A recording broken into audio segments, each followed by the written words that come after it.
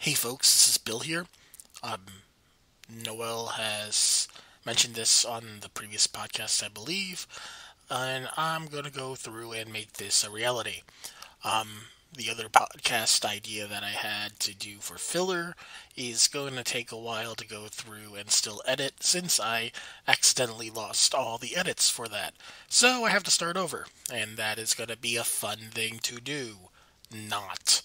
So, what you're about to listen to is from my old podcast, Vicarious Identity. This is the first time that I actually had a verbal conversation with Noelle.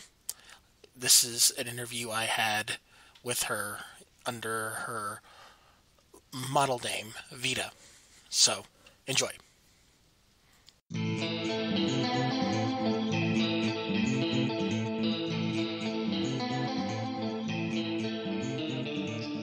Please call me Mr. Bill, please call me No Chill Bill, and this is my vicarious identity, living a midlife crisis through other people.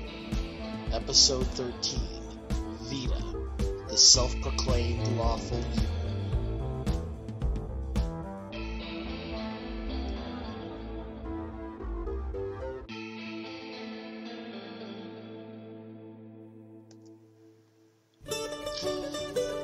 Very recently, my friend Donnie from episode 10 has started watching The Office.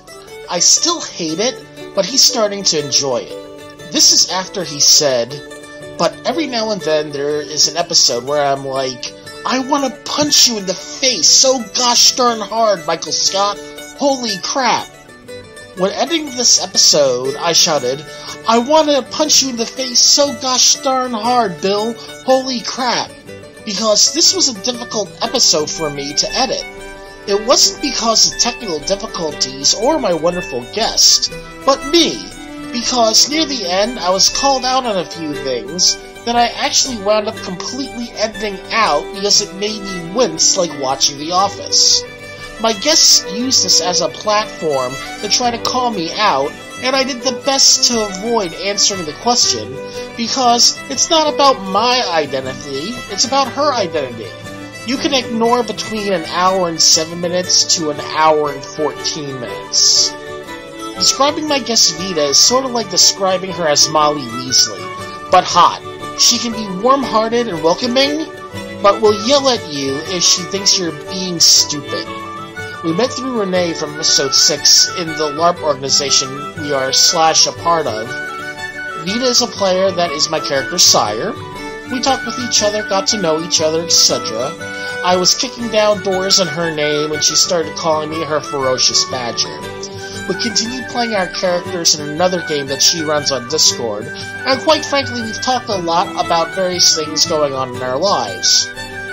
She's been a good ear for me, and because my life went through an insane patch while she was going nuts about all of her Ren Fair duties, we had planned this interview in September, but now just got around to doing it. In this interview, she actively fights me about her alignment, even though I think she's wrong, and internet surveys that try to determine personality.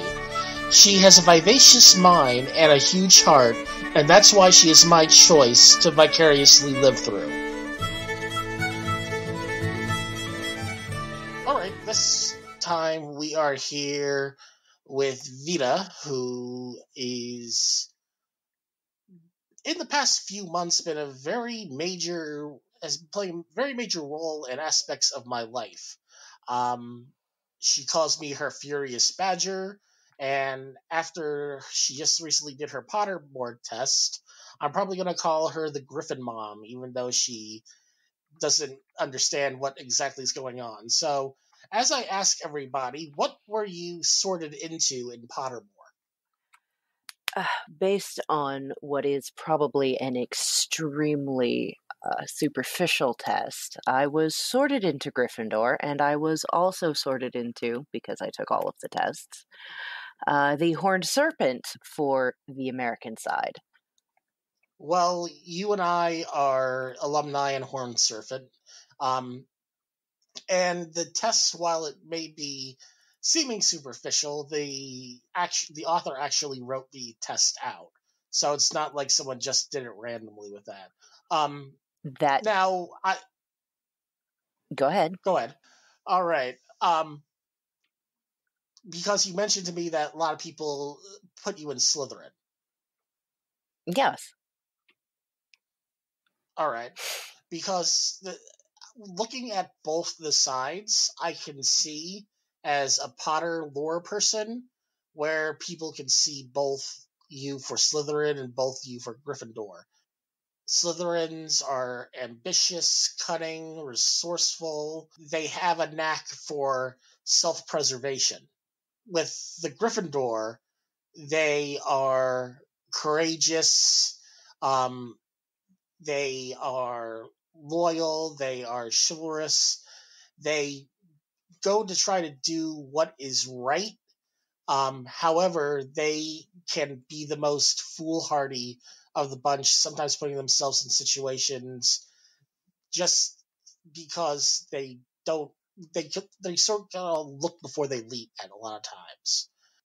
Both of them, I'm just skimming the surface, but I can see both of them. In fact, Alice, who you recently were speaking to, that I mentioned to you recently, is also a Gryffindor. So maybe there's a connection with certain aspects of that in your lives. That's fair. I also want to talk about, for just a minute, how writing a survey, any survey, even if it's a stupid internet quiz, the order of the questions and the choices you are given deeply influence the result that you get. I was not given choices that might lead me more towards Slytherin based on the options I was given. This is the result I got. Write me a different test with different options that's maybe more in depth. We get a different answer. There's actually a test out there that what the first sorting had gone through, because the tests had changed from when the Pottermore changed from the two setups. Someone went through and researched all the questions, probably a Ravenclaw, and put together a survey test that had all the questions there. Even that, I wound up getting Hufflepuff. But yeah, I think what they've done now is just did all the same questions for everybody with the same uh the same options, so to speak. It's a survey thing. I took a class in graduate school that was basically on how to do good methodology in gathering data by surveys and things. I thought it was a really cool thing, and librarians, as awesome as we are at finding information, are sometimes not so awesome about gathering information for ourselves for professional purposes. So the survey we started the class with asked a bunch of questions, and as it went down, name, age, sex, gender identity, blah, blah, blah. Do you have any pets? Weight. The question on weight, what they wanted was my weight. But based on the order of the questions, I answered the combined weight of 2 cats. So it was about 15 pounds. Because I checked. I actually stopped and asked the professor, "Do we answer how do we do this?" And she said, "Answer it the way you think that they want it answered." And it was just this moment of there's a difference between the weight of 2 cats and the weight of one me, and it's quite a few pounds. We're not going to go into exact math, but it was an interesting class, and now I look at every internet game that asks you questions, pick things, do this or that. It's all in what's presented and what's order and what choices you're given, and it ruins everything. Because now I'm always looking past the moment of the survey. True, I can see that, especially with the way that the Sorting Hat in the book's set and compared to a list of questions too. You have to make do sort of how you have to make do in trying to put those aspects together in that regard. You went to school for being a librarian. I got my BA in classical studies, which means I majored in dead Greeks and Romans, specifically art and literature, because I suck at language, as long as it's not English. I'm pretty good with English. Everything else, no. And then, yeah, I went to grad school. I squashed 2 years of library school into about a year and a half because I'm an overachiever like that. And then I promptly ran into a wall of hiring freezes and more hiring freezes. And so now I'm a reference librarian without a library, and I do what I can to use my skills as often as possible. Because you spoke with me a lot in regards to my current course about reading through with comparative literature and things of that nature. Yeah, I minored in Um, comp lit. what made you go through? Was that just to add to your future graduate studies, or to contrast with your classical studies? It was a complete accident. I accidentally took enough courses specifically in comparative literature to apply for the minor.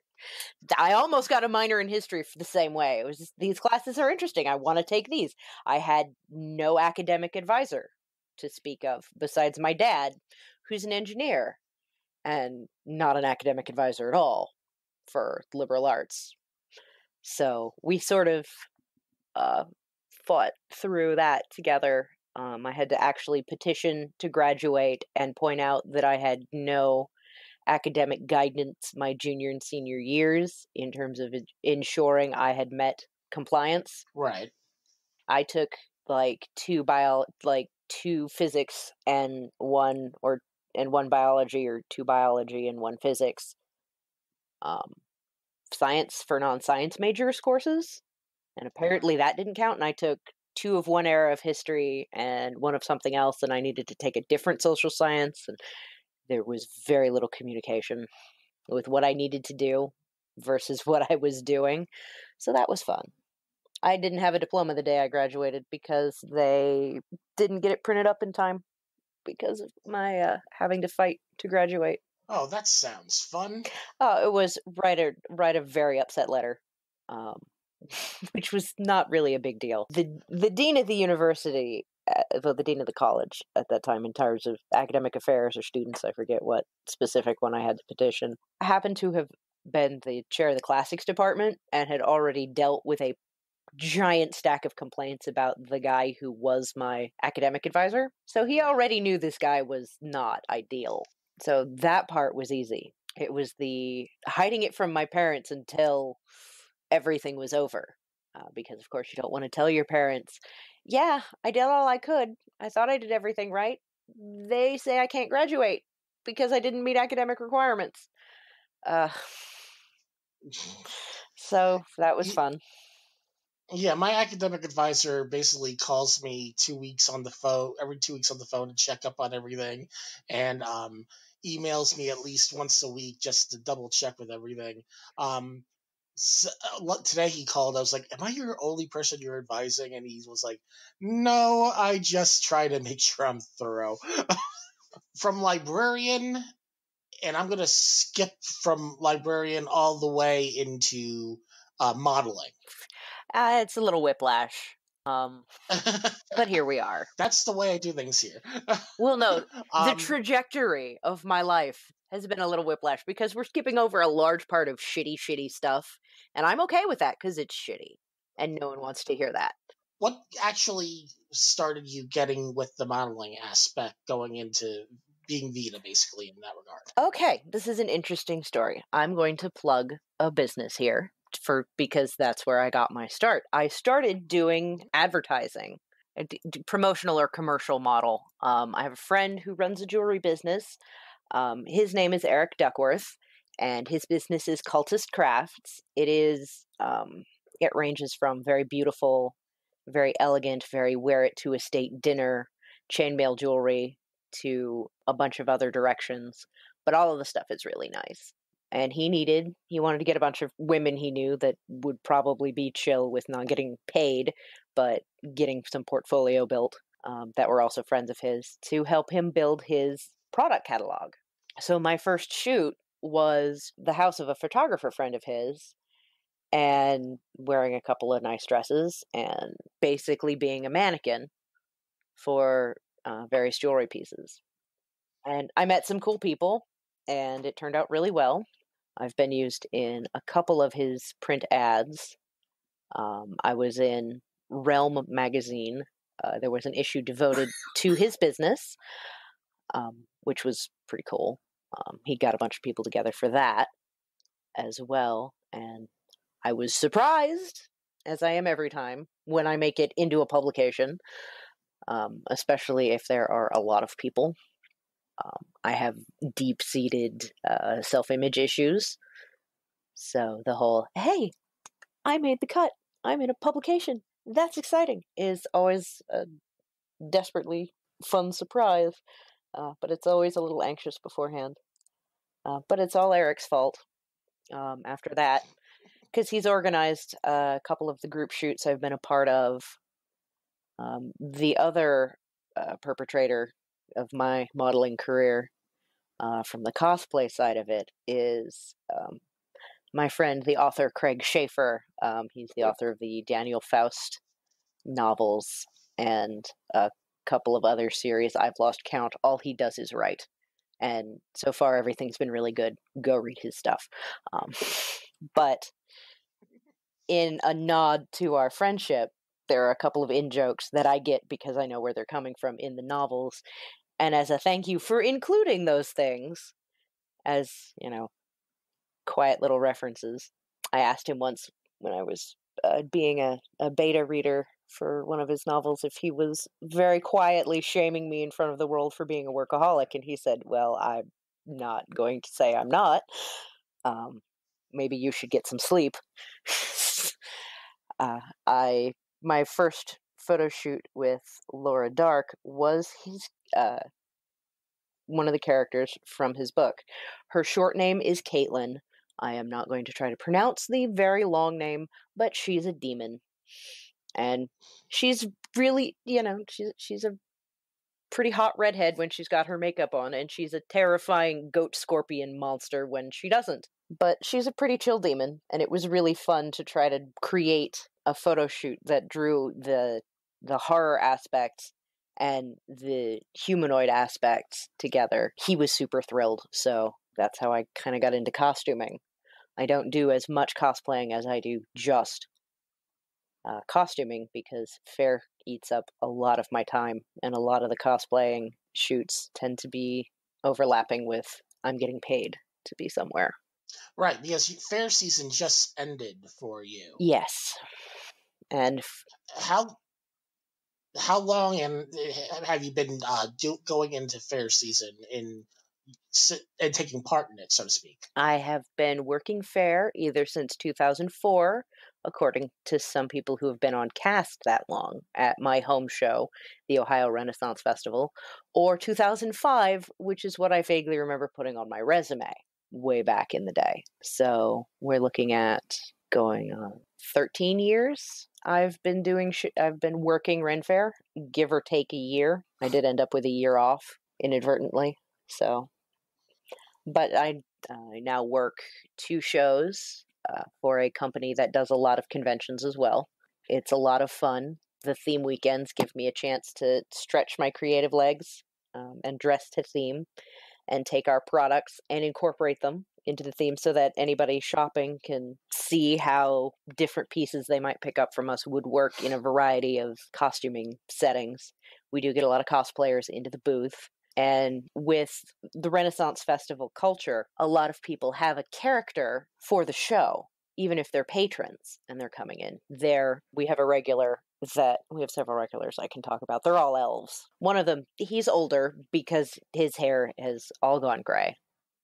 But he's still in great shape, aesthetically pleasing to look at.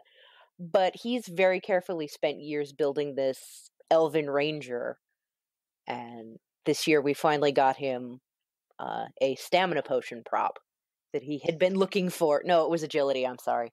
But so he's an old school D&D player because, he needs his agility boost. But we got him a bottle with a leather strap, and the wrap around the neck says agility on it. And I nagged the boss until we got that done for him, and now a lot of people want it. But we do the health and mana and trying to get stamina. Agility might just fill that spot. The gamer culture, the cosplay culture, just people wanting to dress up and not be themselves for a few hours kind of stuff. Right. But these people are amazing. There's a couple I'm friends with. They're local to me. I love them dearly, but I have extreme bouts of costume envy. She made a new dress this year. It's it started out as a white knockoff wedding dress, all lace, all leafy lace. She dyed it orange, and then she proceeded to hand paint the leaves, little in different spots, brown for this autumn fairy look. Her character is Titania. Her husband is Oberon, and he's built his own like beetle painted up and built like beetle shell armor to go with his robes. They're just incredible. So building a character is just as important in my second job as it is as at a cosplay convention. Original characters are kind of a big deal. What got you into going into the Ren Fair work? I needed a job. I was straight up, completely honest. I was broke. I was desperate for a job. I figured 2 months of some money coming in would give me a chance to find something else, because you're less desperate if you have a job, so it's easier to get that next job. Psychology is weird. Yeah, I know. So yeah, I started out, I had to borrow garb, and that's terrible. Things that belong to somebody else never fit you quite the same way, especially when we're talking about stuff that's got metal boning in it. It just doesn't sit right. So I had to borrow my own garb. I started out working a garland cart, and anyone who's in your audience who's been to a Ren Fair is aware of garland carts. I had to hawk, which is actively engaging people, and I really don't like doing that, but I needed the money. Right. It was commission unless it was a bad day, and commission usually made more money, so there was incentive to wrap myself in a character even there, just so I had a boundary between the real me, who doesn't like doing all of this, and the self that needed to be there and be outgoing and touch people and approach them and be all extroverted. Yep, so it was the whole entire be extroverted at work when you're not really extroverted. Yeah. So that persona, when I'm on, which is how I think of it, like being on stage. When I'm on at fair, I'm very bubbly. I'm a little more bossy. I can be a little pushy. I will be slightly more blunt. I have been slightly rude to some guys just because they were harshing the zen of my booth. We sell corsets. Dudes are gonna stare.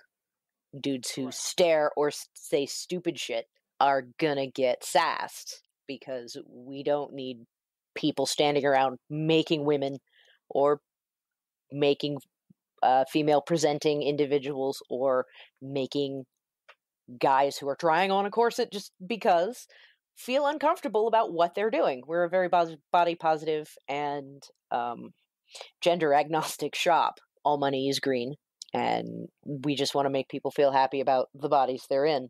That version of me is a lot more defensive and protective of that kind of space, whereas when I'm sitting at home, I might growl just a little bit and then let it go. You know, you do have a tendency to protect space and protect those within your space. Just from what I've witnessed with the various interactions that we have had. For those that are listening, we met through an organization that for LARP. Even though I basically haven't actually physically LARPed in maybe over 2 years. I was still a part of the organization, still trying to at least get into games and things like that. And basically, I moved on to an online RPG where we're continuing our characters with that. When you have your tribe, you are very protective of your tribe. and I appreciate that appreciate that of you as a person.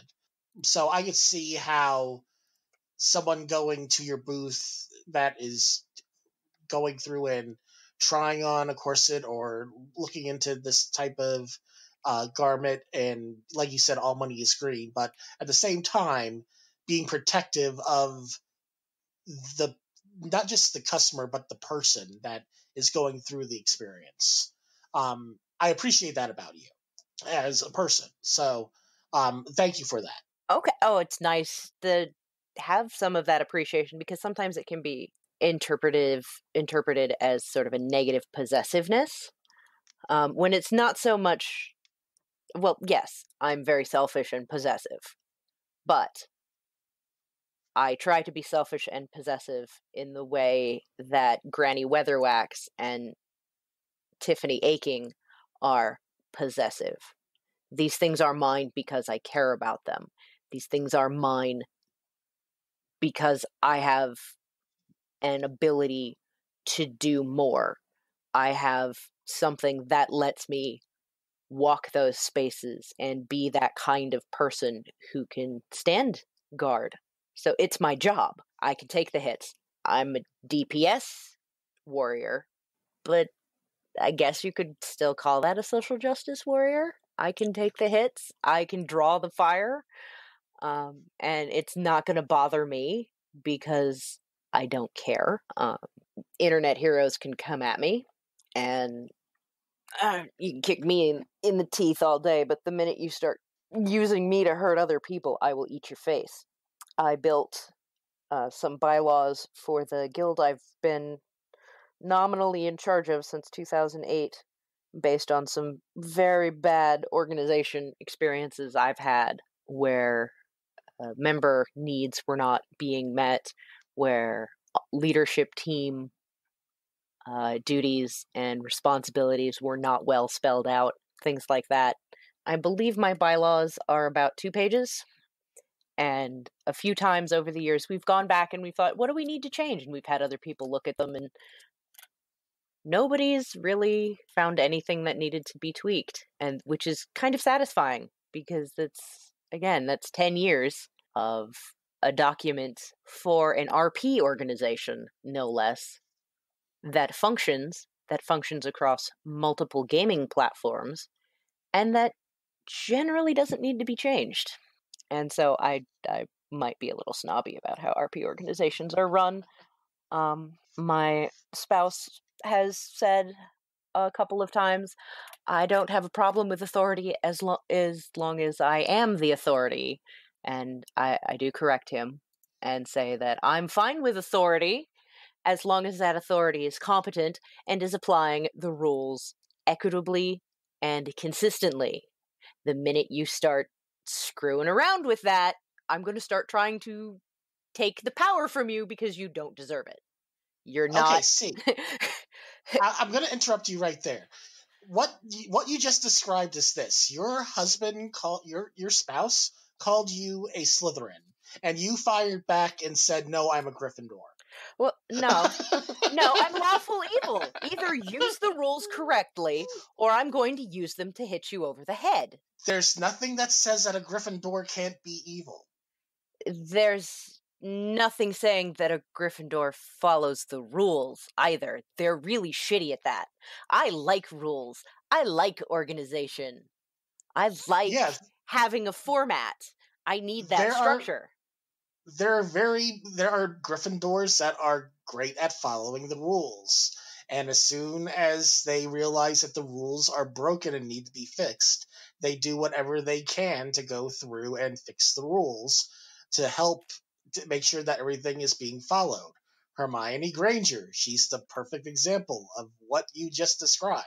Yeah, but I'm doing it for my own self-interest, which is a key component of being lawful evil in the first place, is the application of enlightened self-interest. The only reason I want things to fix is because I don't like broken things. It's in my best interest to have everything running smoothly, because then nobody is upset, nobody is complaining, nobody is putting problems on my plate. Everyone is happy, and I can ignore all of you. Right, but well, I understand your self-interest of being able to ignore everybody because everybody is happy. The key thing there, though, unfortunately, is everybody's happy. Are you sure you're not lawful neutral? Pretty sure I'm lawful evil, because the only reason I want you all to be happy is so you just pay your taxes and I can crush you. I mean, it's really hard to take over a country when the people love their cruel and tyrannical overlord, who is a dictator, because there is no vote. Or, again, I'm going to make a Terry Pratchett reference. I'm Lord Vetinari. I'm the man. I have the vote. One man, one vote. I'm the man. I have the vote. It's a really great setup. It works just fine. And I'm very willing to work within a structure unless there is a serious breakdown with how things are running. But, lawful evil really does have an adherence to rules, in a way.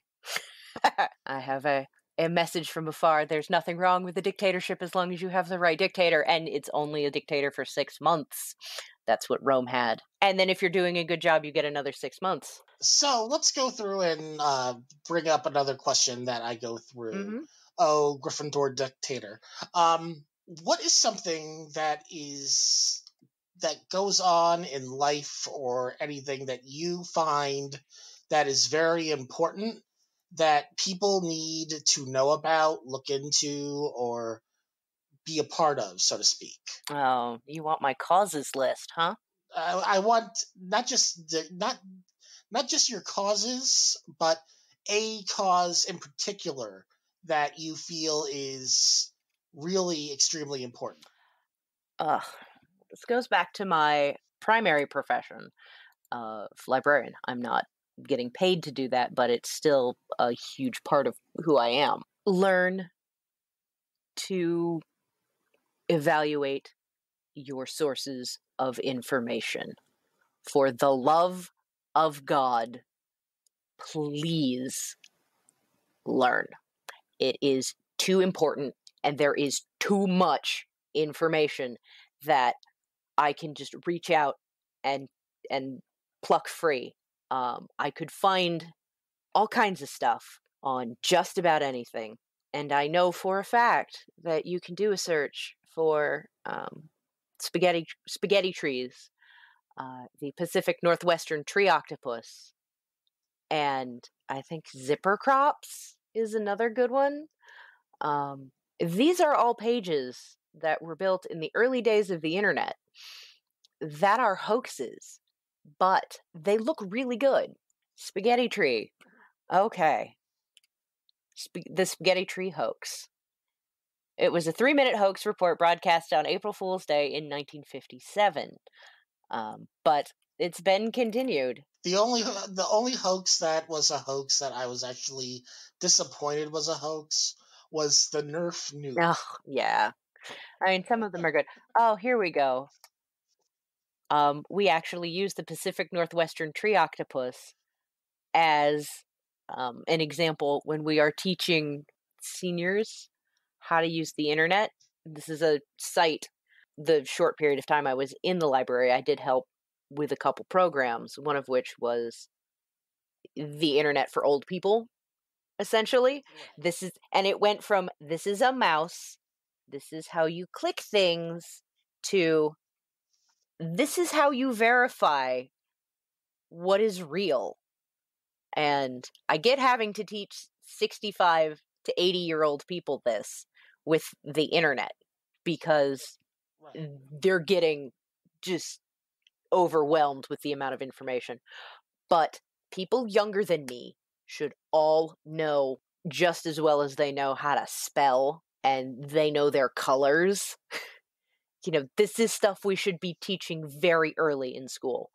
And I believe the increase in fake news is directly related to the decrease of school librarians and the teaching of information literacy in schools.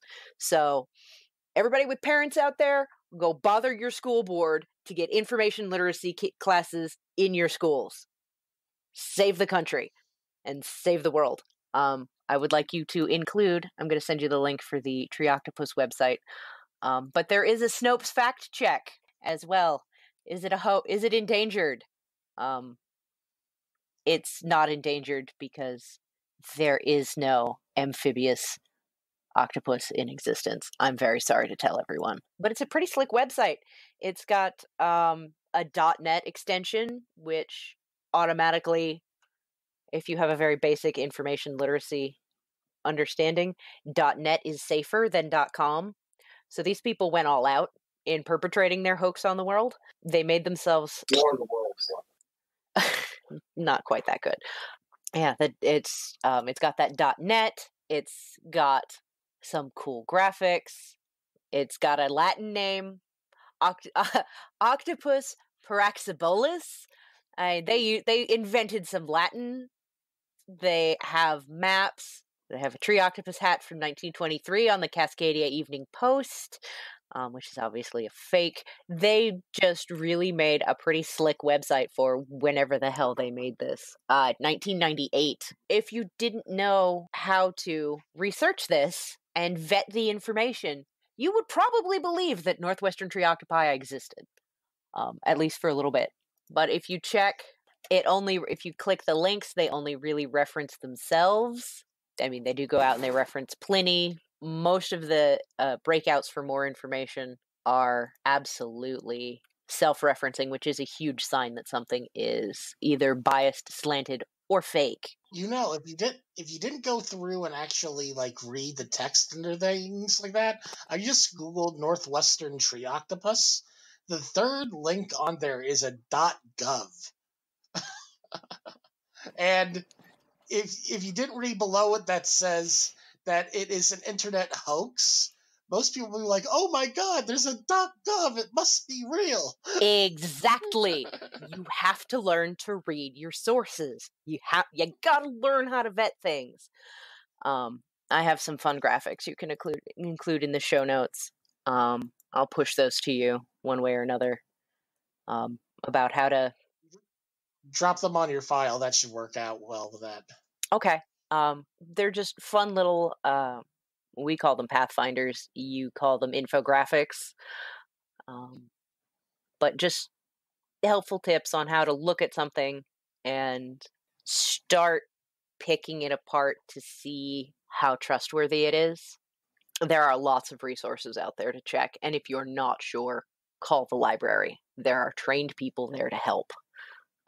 That's all we want, is for people to be information literate and be empowered to navigate the world.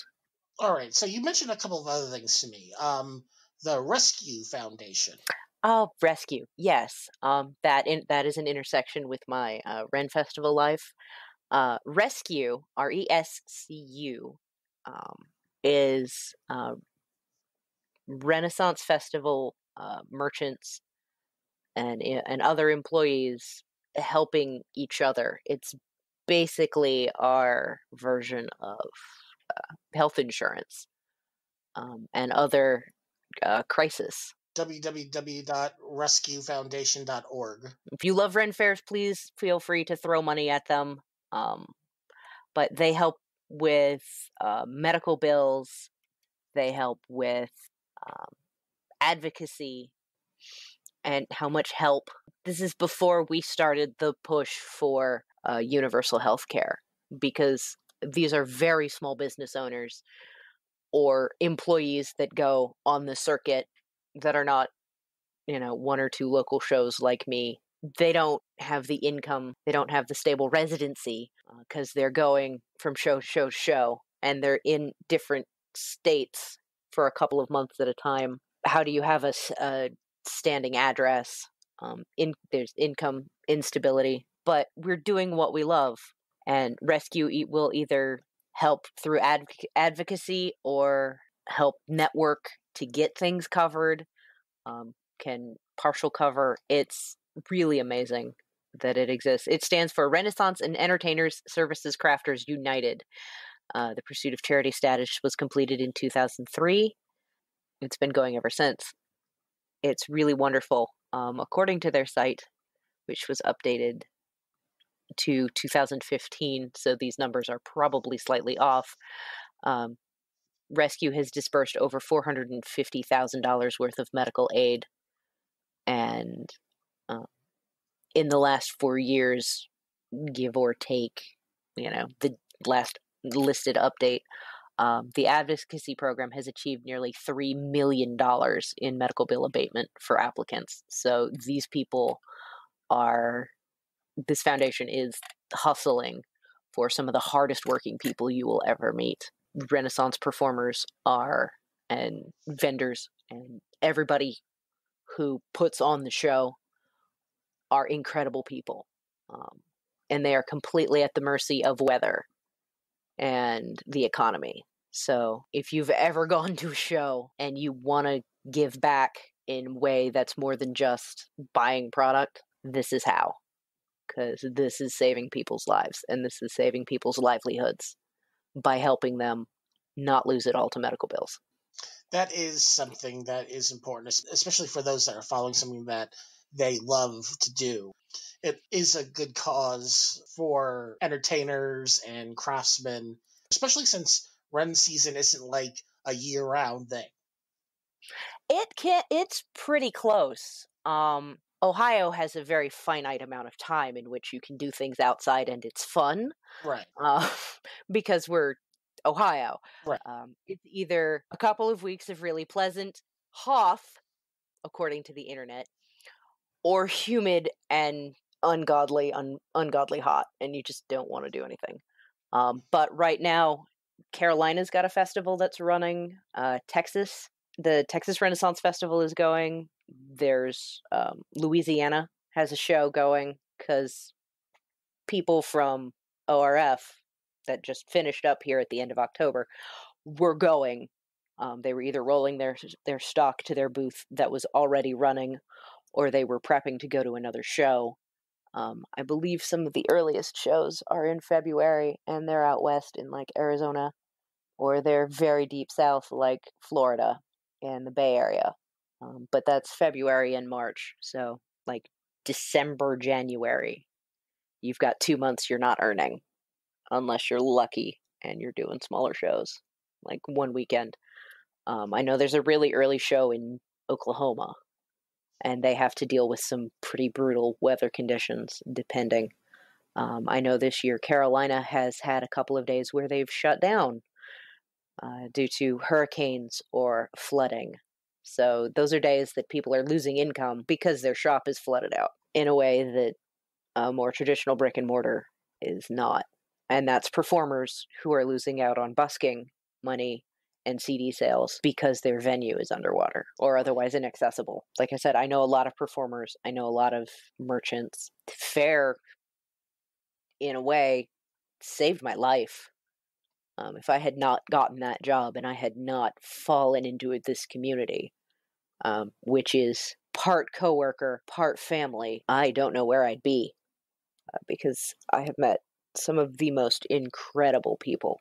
My current boss is pretty awesome. He's a really, really wonderful guy. I'm really honored to know him and his wife, who's I'm a little afraid of, so that says a lot about her in one sentence. I've met patrons that have become good friends. I've had long-term customers who also, they're friends. They'll contact me in the off season and we'll chat. We use Facebook to keep in touch.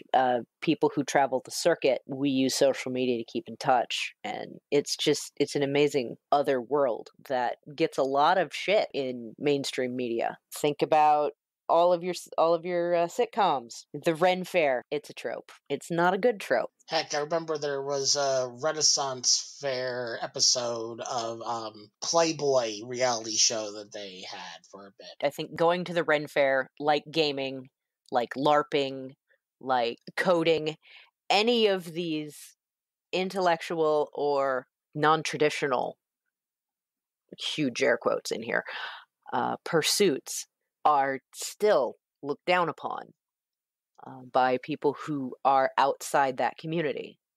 My parents would occasionally say to me growing up, "You live in a fantasy world." And I was, no, it just looks that way because I have elf ears on.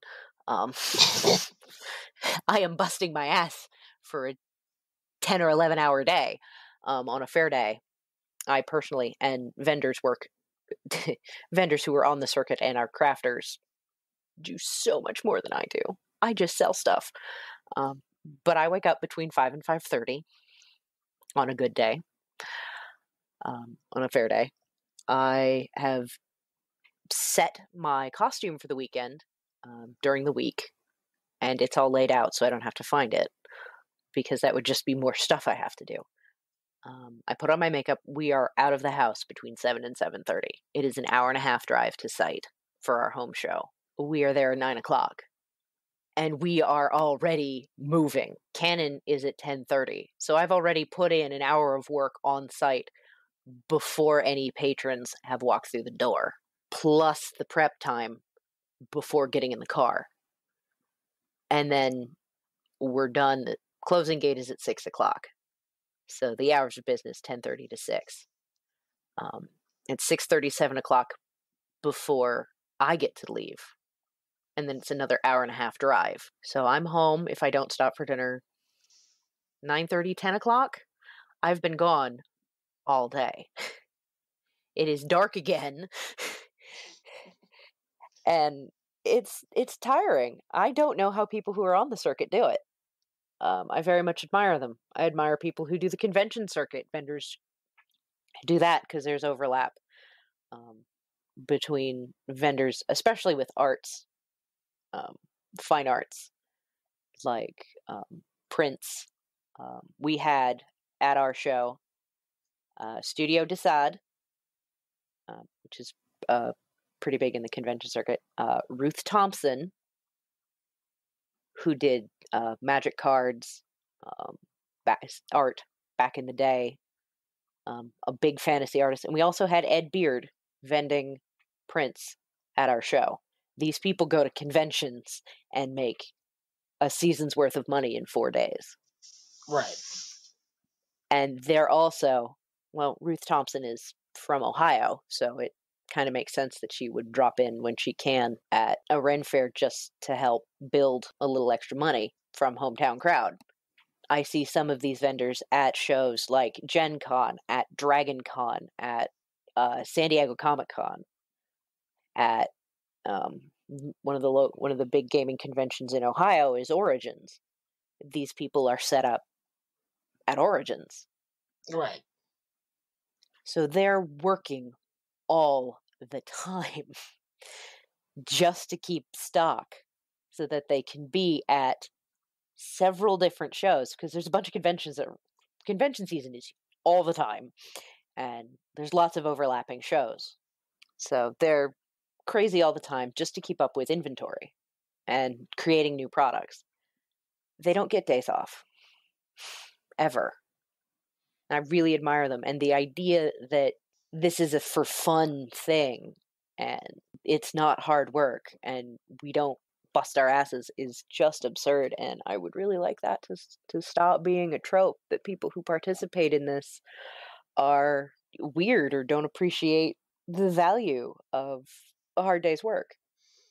It's just like people that go to artists and say, "Oh, well, oh my God, how much is this?" And you give them a price like, "Well, I can make that at home for cheaper." It's like, then go make that at home for cheaper then, because I need to pay for it stock. I need to.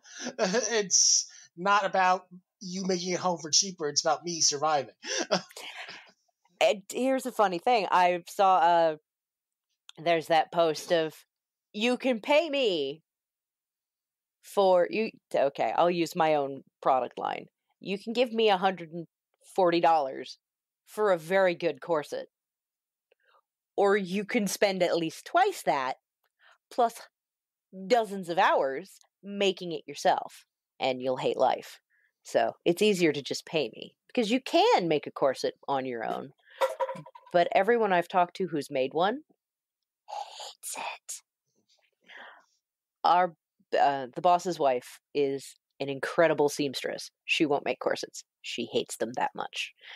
We have suppliers who are very good at making corsets that we contract with so that we can have that quality and affordability point, that we still make a little money, but we're not cheaping you out like Amazon and their $20 corsets. I've picked up a $20 corset, and I will tell you right now, in all honesty, and this is you, the listening public, because I'm pretty sure my interviewer is not going to be picking up a $20 corset for any reason. I don't even know if they'll come in your... Look, I don't know if they'll come in your size, for starters. Let me just point this out. If I bought anybody a $20 corset, they'd be like, no. I do appreciate that you cultivate a group of friends who would murder you for contemplating buying a $20 corset for yourself or others. Because I've said t-shirts, but I've had tank tops, which is, not a lot of fabric, or bras that are heavier, that have more physical weight than a $20 corset. Just because it says it has metal stays in it, or metal boning, doesn't mean they used good metal. And if they've marked it up to $20, think about how little money they spent on materials. Yep. A crafter friend of mine posted you can pay me for it, or you can build it for blah blah, or spend X exorbitant amount of money on craft supplies meme. I'm sure we've all seen it.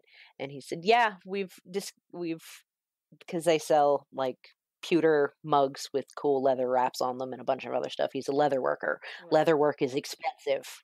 Good for good shit. Cheap shit falls apart. Don't buy cheap shit. He makes stuff for other Rennies, and he specifically started in the Society for Creative Anachronism. He was making armor that was meant to take hits. Right. So he doesn't understand how to make low quality items. He charges $60 for a pewter mug with a hand tooled leather wrap, hand tooled, hand dyed. $60. Yeah, that's a lot of money, but that's the value of the materials plus his time. Right. You can probably also make one, but you're not as good at it. You don't already own all the tools to do the tooling. You don't own the dye. You don't have the grommets. You don't have the wholesale suppliers or the skill to make the same quality of product. So it's going to cost you a lot more in time and materials because you're going to screw up a few times. And it's much easier to just pay someone who knows what they're doing. And that's another thing I really wish people would understand about life. Pay artists. Pay artisans. They've put a lot of time and effort into learning how to do what they do. And they deserve an honest living for that. And I'm really sad that as a society we've gotten away from that sort of mentality. Because everybody sees a tasty video on BuzzFeed and they think they're a master chef. That's why. That's fair. But no, I just said seen, not that they've actually done it. They just seen it. They've observed it. They think they're good at it. It's really sad. You have a Patreon. I do have a Patreon. I'm terrible at updating things because of my brain and because I needed to sleep and people would yell at me if I wasn't sleeping during fair season. So it's a little behind. I will be putting a link up for your Patreon onto the information. This is where not only are you putting up information about modeling, but you also do reviews on the makeup that you've been trying too.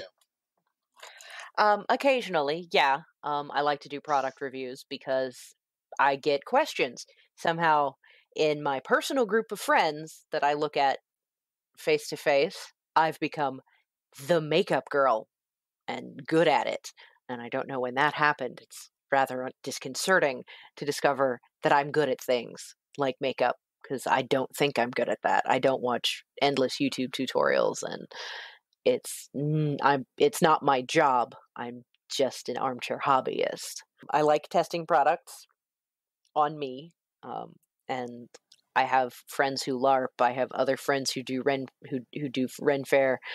All of these other people can benefit from knowing if something is going to stand out, is going to hold up if it's raining, if it's humid, if you're sweating through your shirt, all of these weather conditions that I deal with working outdoors in a shack with no insulation. Particularly the sweating and the rain. So if I find something that works, I'll write about it. And I've done a couple of things in the past on Facebook just for other people's information. But now that I have a Patreon, I can put it there and have everything organized and tagged. Again, I'm a librarian. I like to find the information once I've put it out there. And Facebook is horrible for that. Facebook is terrible for archiving. So the Patreon is going to be much more useful. I also am using it to log cosplay ideas and builds as I go through them. I think the last build I threw together on the site was for Origins this past June. I finally crossed a character off my list. Ever since I found out about her, I wanted to cosplay Dawn from the Cry for Dawn comic book series. And I finally, at this point in my life, had the confidence or the I just don't care anymore idness to walk out in public in what is basically pinup lingerie attire. It's, again, we'll get pictures. But there was a huge, every cosplayer's one true joy, their holy grail of doing a character, especially an obscure character like Dawn. There was a huge fan working for WizKids, and we hit the convention, the hall. It was a vendor hall or a demo hall, and he's sitting at a table with his with the other reps, and he's talking, and I'm walking with my spouse, who's dressed like a pirate as always. Shout out to him. He got recognized by random people in the middle of a giant convention as a very tiny local celebrity for a tiny town in central Ohio. And this dad and son walked by and went, "Hey, that's the insert town name here. I'm not going to give away where I live on a podcast. Pirate." And it took him a month to come down off that high, and he was intolerable until he chilled out again. He was so proud that in the middle of all of this craziness, he was recognized. Now, if I could just get him to keep that ball rolling. But back to my Dawn story. This guy lit up when he saw me. I was far enough away he couldn't see all of the eye makeup, but I had the arm decorations. She's got roses wrapped around one arm and a chain wrapped around the other. It's some neat iconography. And I had mimicked a look from one of the covers, I think, or drawn elements from a couple of different covers to build my outfit out of actual things that function in a comfortable way and move the way things should and aren't full of plastic boning or airbrushed on. It's comic book art. Right. Clothing doesn't bend the way that it bent in the real world, the way it bends in comic book world. Love the artist. Learn how corsets work, please. You see it in everything. It's terrible. It's upsetting. But he saw the outfit at a distance and knew the character on sight. He lit up. He stood up. As we approached, he waited till we got close enough that he wasn't yelling, but he stepped out and he said, "Oh my God, can I get your picture?" Blah, blah, blah, blah, blah. He was just so excited to have somebody cosplaying that character that it made my day, because somebody was excited about me and about the fact that I had taken this risk. And because, again, I have crippling self-image issues, and here I am walking around in a corset and a jury-rigged high-low skirt that is showing pretty much everything but like the tiniest bit of the top of my thighs in front. And, I'm barely dressed because the skirt is also cotton gauze belly dance skirt. So there's not a lot there. It's sort of the suggestion of a skirt. And if the light hits it wrong, it disappears. So here I am with age I am, with my self-confidence issues, walking around in essentially booty shorts and fishnets and a corset. And this guy is not being weird or overly creepy about it. He is just excited to see the comic book character that he really enjoys. He knows the artist. So he's always excited in general because he's like, I know that. I know the guy who does that. And somebody's doing it. And that's cool. That kind of thing. And it was really cool to be in that sort of pin-up boudoir space in my clothing and not be sexualized. I know that sounds weird. Right. But it was neat that it wasn't, I mean, all of the things that you're not supposed to do to a cosplayer, he didn't do. He asked permission to take my picture. He didn't touch me without asking. This guy was everything you want out of a strange guy coming up and talking to you excitedly when you're in what could be considered a sexy cosplay. So that was equally awesome. Is that my first sexy cosplay? I had no creepers. I know this is a unicorn sort of thing, but it was pretty amazing because I'm very pro cosplay is not consent. Right. Clothing is not consent. Remember kindergarten and don't touch people without permission sort of a thing. And that cosplay build was fun. Now that I'm in my off season, I'm looking forward to working with a couple of friends, the Titania and Oberon, to help me build Flemeth from Dragon Age 2 and Dragon Age Inquisition to build that costume. Because they have the skill to help me build the wig the right way, build the armor, build all of the clothing pieces, set all of those little studs. And again, I'm just going to say it now because I've hinted that I'm older than I look. I'm going to be 40 in June. I like the idea of, at this point in my life, moving into middle-aged older women in cosplay because there isn't enough of that. There isn't enough older women cosplaying Flemeth. I've looked. I've seen a lot of Flemeth cosplays. They're all really young. And there's a settling in the face that no matter how good you are at makeup, unless you are Hollywood quality and you're, that level of access to supplies, you're not going to get there with prosthetics or with contouring.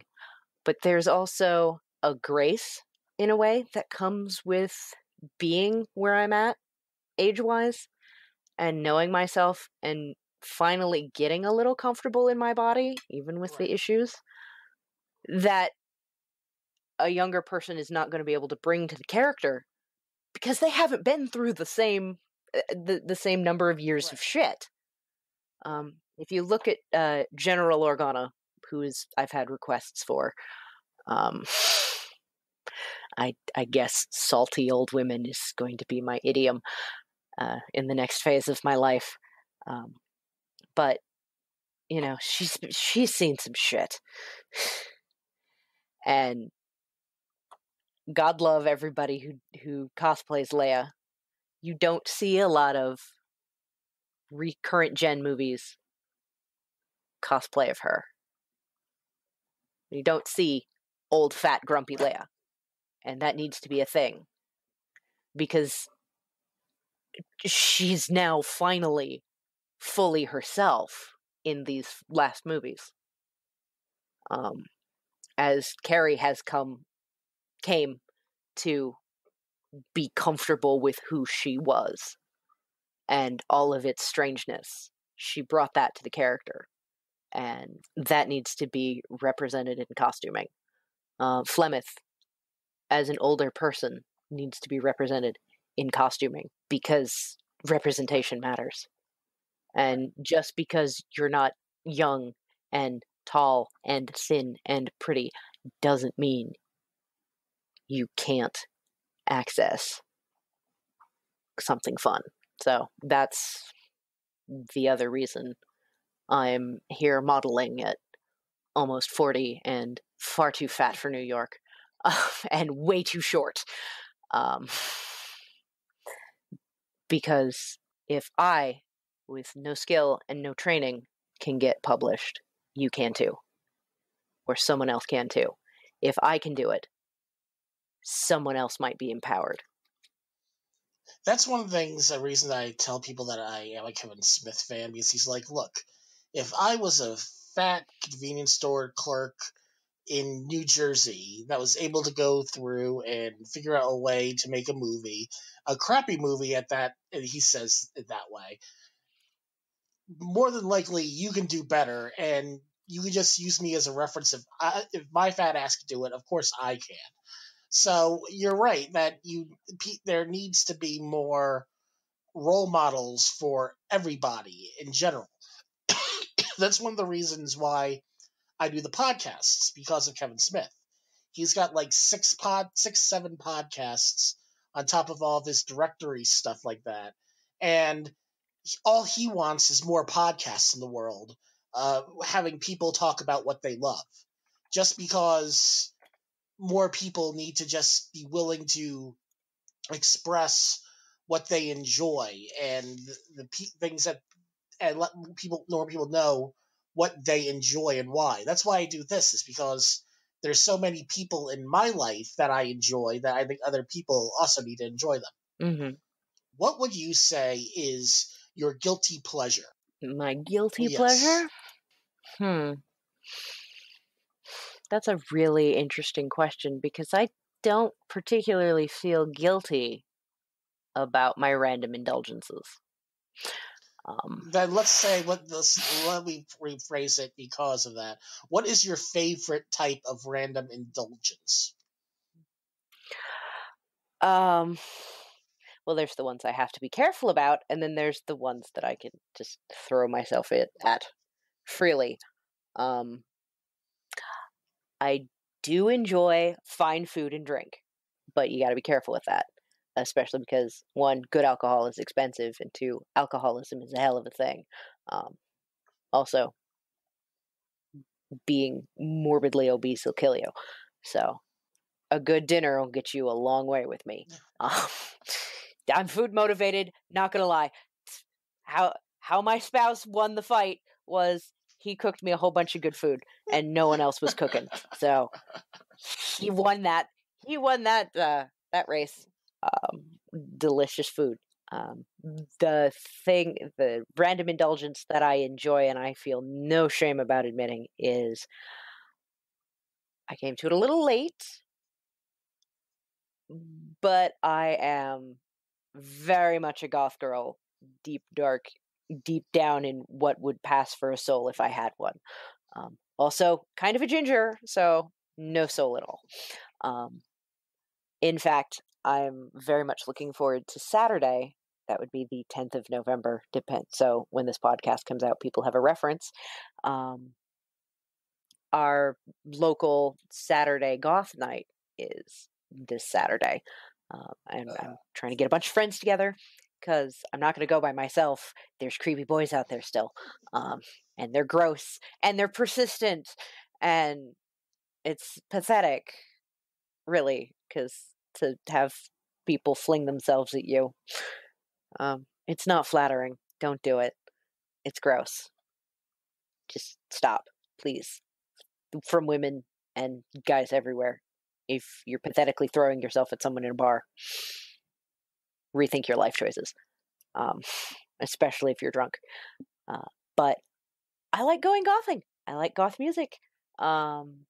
One of my favorite, okay, I guess you could call Thou Shalt Nots If I Only Were a Goth a guilty pleasure, because I'm infinitely delighted every time it comes on in my playlists, and I will stop and I will listen to it no matter what. I do not skip that song. Part of it is nostalgia and sentimentality, and part of it is because it's an amazing song, and go listen to it. It's so clever. At one point, somebody had attributed it to Voltaire, and I had to correct somebody's music log, music library, to correct that misattribution, because credit where credit belongs, and no shame in Voltaire and all of his cleverness, but he didn't write that one. And yeah, that's a guilty pleasure because it's funny and scathing. But yeah, I guess that works. Now, I have one question for you. Oh dear. And we've had all of this talk and all of these times, and I've given you a nickname and all of that. And you have very strong ties to the Harry Potter fandom and that world. And it has infiltrated all of the rest of your life, and you've talked about Kevin Smith, and you've mentioned these other things. Why do you think you need to do this podcast? I understand the premise is you're living through other people's lives. Why do you think your life isn't interesting? I mean, you're also doing a podcast on Harry Potter, which I don't think there are a lot of those out there. And if there are probably not many that have taken your spin on it and are interacting with the world that way. So clearly you have an identity. So why are we really having this conversation? One, with the other podcasts, it is the only difference with this. There's a lot of Harry podcasts out there, and a lot of them that do the format that we do, the weekly bi-weekly thing of going over each of the chapters and things like that. I don't know if any of them have one of them being a wizard or not. I don't listen to a lot of other Harry Potter podcasts. I do know that our podcast is the only one that I could find that the person on the podcast has never read the books at all. So that's the only take that I can think of with that. It's more of wherever I move or wherever I go into things, I change completely. If I have a feeling that you and I wouldn't be having this conversation right now if I lived like in the middle of the Bible Belt, because I would probably be wearing a Trump hat. Not because I may actually believe the rhetoric, but because of survival. You know how you were talking about being the DPS and taking all the hits? Mm-hmm. If I was going to even remotely identify myself as a role in that, it would be the tank. I take all the hits because that's all I know. And it goes on with everything. It's like, is this really who I am? The tank taking the hits? The person that is. People identify me with various, very complimentary things, and I thank them for it. But if I don't feel that I'm like that, it doesn't stick to me on a deep, even subconscious, conscious level. I think of myself more like a chameleon. I just go through and blend in and do whatever it takes to survive and be what is necessary to blend in. If I feel that I'm not needed or not wanted or anything like that, it's easy for me just to bug out and just pop out. If I'm not showing. It's easier just to fade out and not have to deal with it. And then I'd be like, I'm good. I don't have to be in the spotlight anymore. I can back out. Which also, based on your thought, flies in the face of doing this. I don't think of it as me being on the spotlight. It's having a conversation with other people that I think should be in the spotlight. So everything, what it boils down to is doing this podcast and talking to people and getting to know them and getting things that I may not have asked or stories that I may not have known about or things about them that I don't know helps me to go through the various layers of a person to see what layers that I have other than being the Harry Potter guy that will help out wherever he can. And so it's like, I know there are people that would go through and support me if necessary, and great and all, but until I can feel like I can support myself, I need to try to figure out what is out there and how things work until I can get to that point where I could say firmly, undeniably, no matter where I go, I am this person. And this is the line I draw in the sand.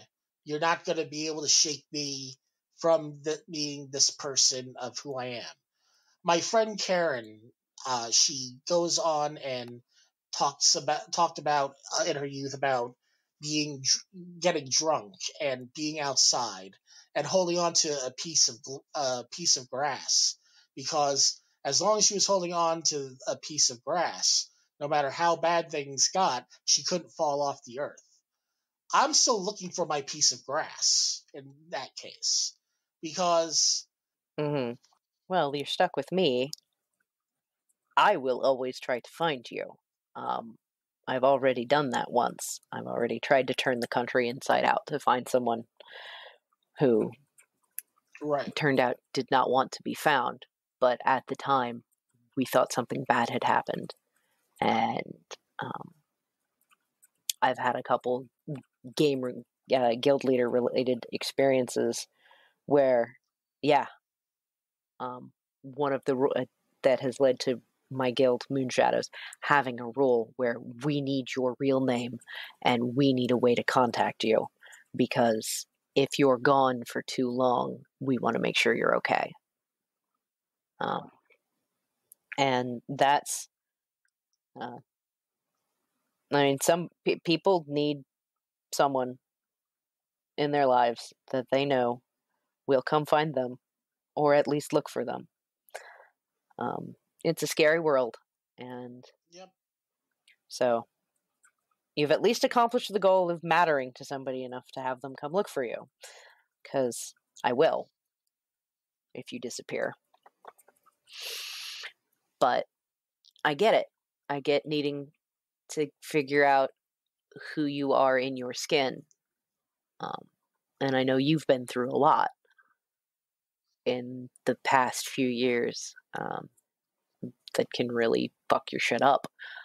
I've had the bad ex. I've had the abusive ex. I've had the trauma of losing a very dear grandparent or parent or family member. I've been there. I've done that. I've had to pack my shit and go, or I would die. So a lot of what I do comes out of that. I've been there. I've done that. I want other people who might be going through their own shit to know that, one, it's okay. Go through your shit. But I'll be there in the dark when it's dark, because I'm not afraid of it. So, from the little I have seen of you, and I've been watching, it's been interesting to see how through your school and through your writing and through your interactions with people, how you're starting to take those steps. to finding your footing again. And I say again because you wouldn't have gotten this far if you hadn't had it at one point. See, that's really where I disagree. It's like, I don't think that I think that I've always really basically been at rock bottom, and now I'm just figuring out how to climb out. When you're in the shit, it can feel like you've been in the shit for a long time. Again, I've been in the shit. I have gotten out of it to some extent. It's the stink, however, never leaves. Shit that happened to me. Emotional trauma scars, triggers, blah, blah, blah, blah, blah. Having an anxiety attack, just seeing a picture of certain people, or seeing a close associate of somebody else. I actually dropped out of an event because somebody I cannot be around is involved, and I'm very sorry because I was looking forward to it, but my mental health is more important. And I don't want to begrudge other people their right to have fun. It's easier for me to go have fun somewhere else. I made a whole virtual world for that purpose. And so other people could have a place where they could have fun and feel safe. But watching you take those steps to get back to what they call in the medical field baseline, not normal, because normal doesn't particularly exist. But baseline, which is your status quo, your default setting. I don't know what that is for you, because I sort of came in at the tail end of the shit. So I don't know where we're going either with you.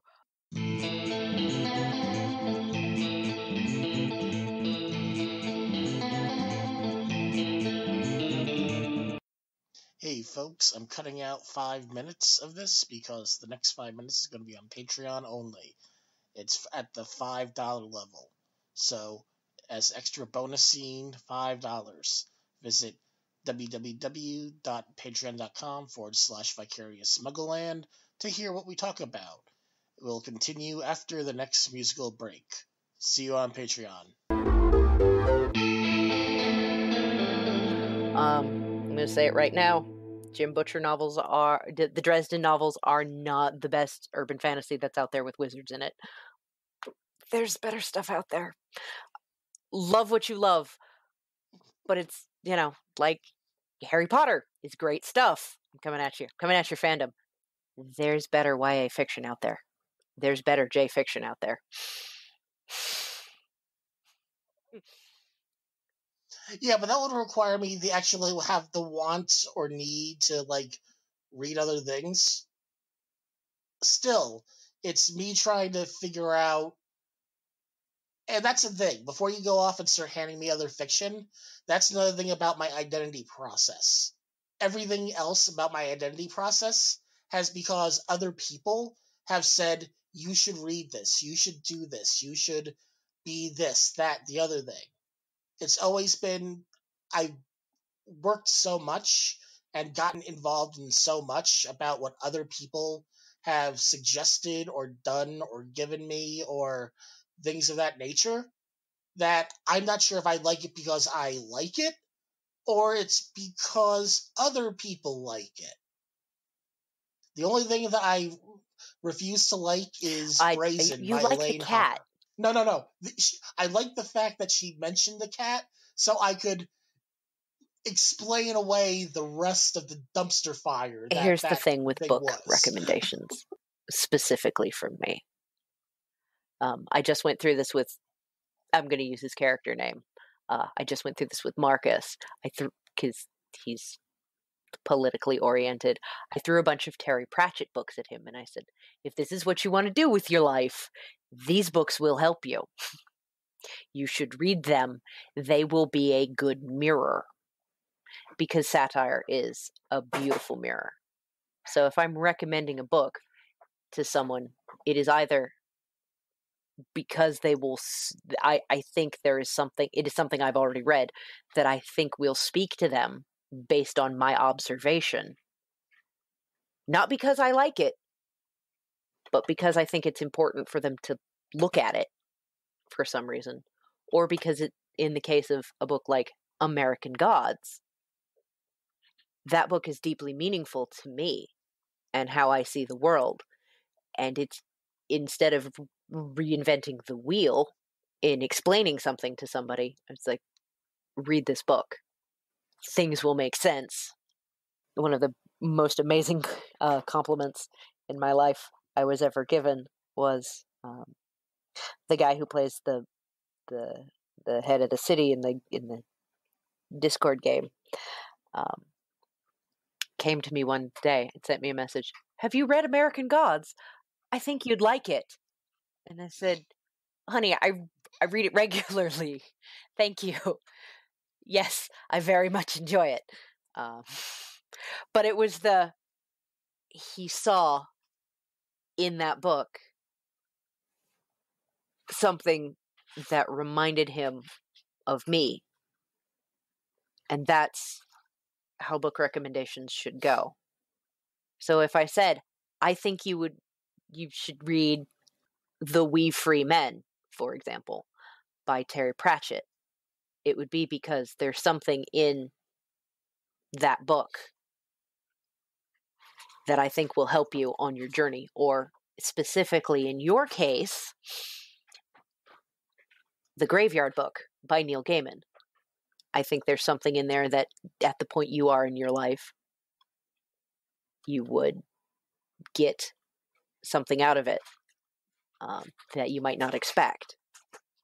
Yes, it's a retelling of The Jungle Book with supernatural elements. That's just what it is on the surface.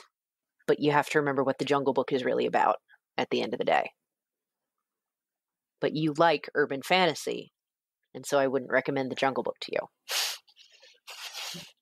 No, that's the thing. I don't like you urban love fantasy. Harry Potter, which is urban fantasy. There's so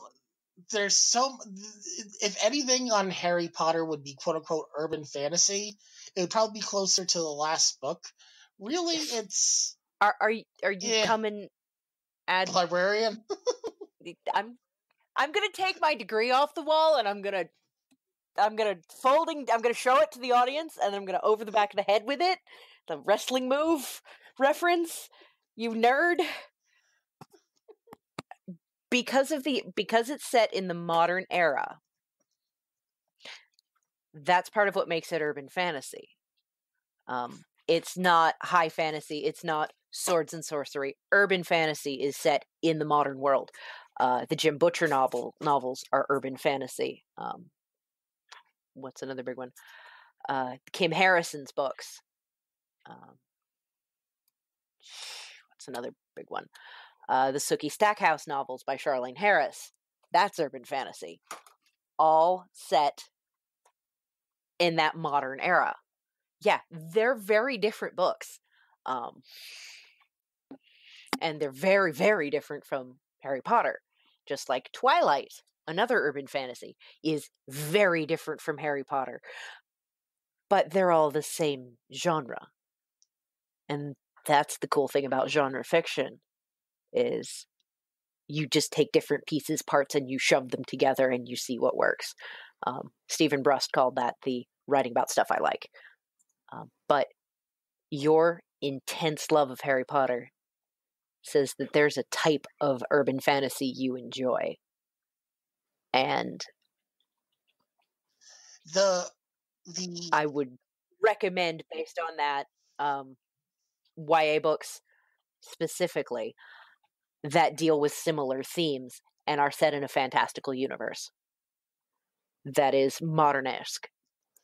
I'm going to agree to disagree with you about this, because in the Harry Potter fandom, there is a debate about this very thing, and the fandom and various people within the fandom do not really consider this urban fantasy due to how little the amount of, while it's in quote unquote modern times, how little of the books take place within the modern urban structure. There is a lot of discussion about it. There's a broader umbrella category called contemporary fantasy, which I would put all of the books I mentioned fit into. I would say that would fall under contemporary fantasy. Like, for example, my friend D.R. Perry, her novels, the Providence Paranormal College, definitely I would throw into urban fantasy. I listen to her books when they come out on audiobook. But other than that, it's like, but still, basically everything that I've been handed, books wise, you should read this, you like it because I think it meshes with you, would all be considered urban fantasy or contemporary fiction or things like that. Stephen King, Dean Koontz, V.C. Andrews. Oh God, V.C. Andrews is super messed up. I know. My sister, I went through like the first 3 series of it, I would say, maybe 4, and I stopped reading them. Because pretty sure that was a cry for help. The Flowers in the Attic was a cry for help, and nobody did anything about it. Yeah. That is some messed up shit. Everything that I've basically been handed has been genre fiction, contemporary modern fantasy, things like that. It's like, all right, I see so I read them and I get what the people like about them. I'm able to discuss points. I'm sometimes able to get more deep into the knowledge of said books than the person that handed it to me, because I'm reading it and trying to get as much as I can out of it for the person that hands it to me enjoyment, not for my own enjoyment. Sometimes I will excel at something just because someone else needs a partner to do something, and then they'll stop doing it because I excel at them. It's an ADHD thing for me in that case. I get that. I come from a similar place. I too have ADHD. It's why I tend to not MMO with anybody other than the spouse. And we have sets of characters that run well together based on what we feel like playing that day. So that we have like half a group already started, and I can yell at him and he can yell at me, and we can basically cover our own asses and let the world burn around us, and everything will kind of be okay. We're not going to get all my mental problems solved in one podcast. I wasn't going to try. I am not a professional psychologist. I'm a professional of other things. I'm a highly trained sales ninja. If you want me to solve all your mental problems, that's a different podcast, and that costs extra. I have a retainer rate. All right. Well, I want to thank you. We've gone almost 2 hours just with this. But thank you for your time, and I appreciate all your help with this. It was my pleasure. I really hate the sound of my voice and public speaking, so this was super outside my comfort zone, but I got to rant about some important stuff, and maybe someone will listen, and hopefully you got plenty of audio that's worth cutting into something someone might want to listen to. No, I got plenty of audio, trust me.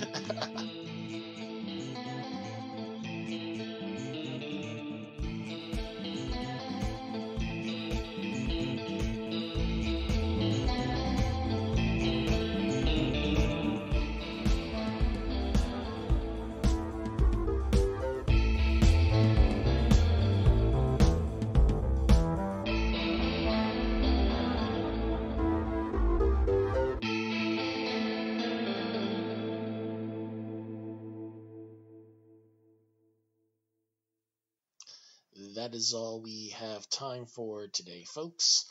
You can go through and find Vita's Patreon at www.patreon.com/VIDA, M as in Mary, UERTAMODEL.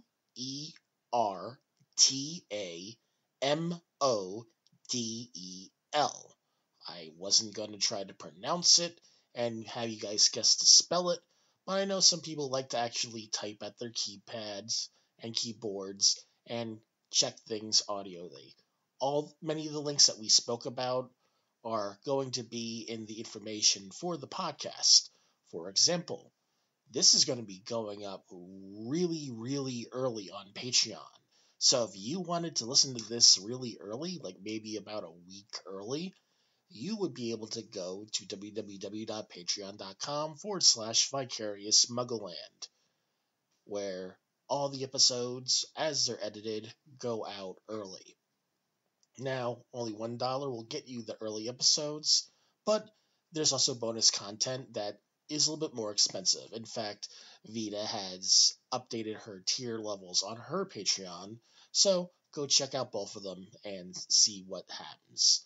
I would like to once again, thank her for being on the show, and you can reach me on Facebook at www.facebook.com/vicarious identity. I'm also on Twitter, but I barely use it, at vicarious ID.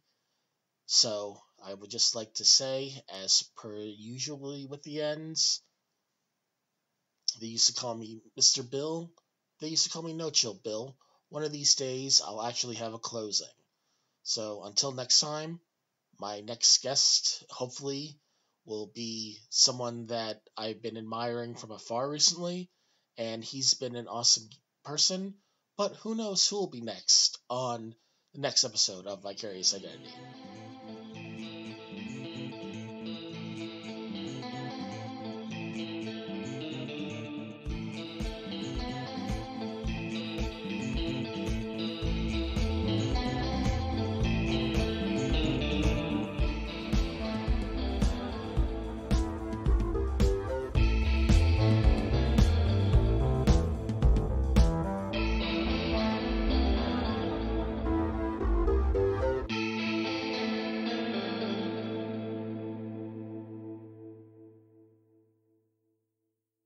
Ravenclaw 6, Hufflepuff 2, Gryffindor 2, Slytherin 1, Durmstrang 1, Huffleclaw 1.